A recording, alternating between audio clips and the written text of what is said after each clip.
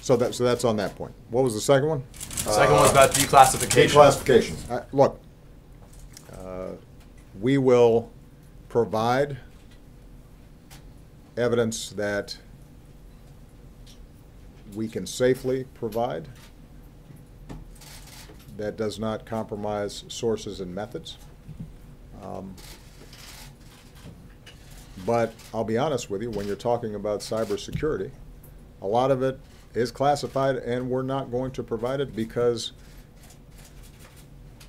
the way we catch folks is by knowing certain things about them that they may not want us to know, and if we're going to monitor this stuff effectively going forward, we don't want them to know that we know.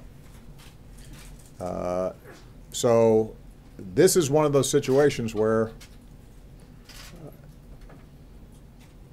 unless the American people genuinely think that the professionals in the CIA, the FBI, our entire intelligence infrastructure, many of whom, by the way, served in previous administrations and who are Republicans, are less trustworthy than the Russians, then people should pay attention to what our intelligence agencies say. This is part of what I meant when I said that we've got to think about what's happening to our political culture here. The Russians can't change us or significantly weaken us. They are a smaller country. They are a weaker country. Their economy doesn't produce anything that anybody wants to buy except oil and gas and arms. They don't innovate. But they can impact us if we lose track of who we are. They can impact us if we abandon our values.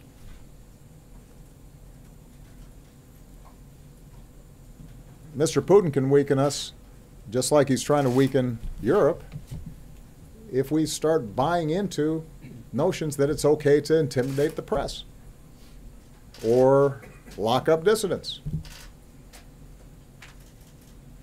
or discriminate against people because of their faith or what they look like. And what I worry about more than anything is the degree to which, because of the fierceness of the partisan battle, you've started to see certain folks in the Republican Party and Republican voters suddenly finding a government and individuals who stand contrary to everything that we stand for as being okay because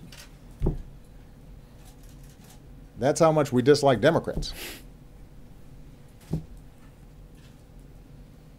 I mean, think about it. Some of the people who historically have been very critical of me for engaging with the Russians and having conversations with them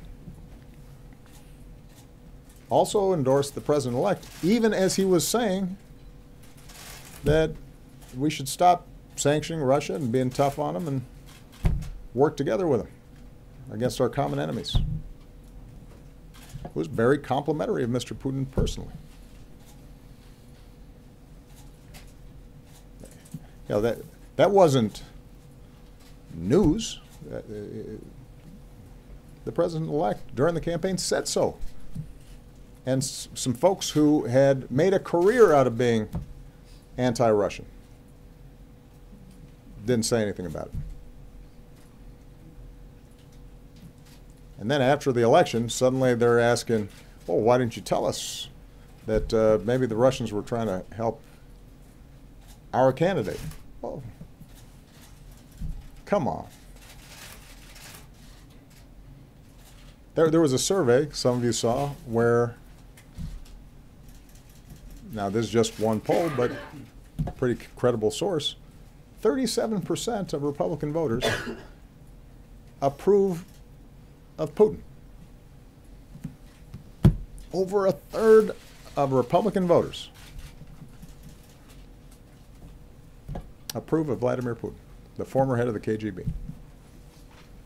Ronald Reagan would roll over in his grave. And how did that happen?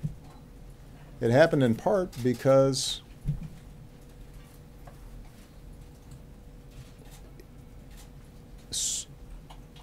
for too long, everything that happens in this town, everything that's said, is seen through the lens of, does this help or hurt us relative to Democrats or relative to President Obama?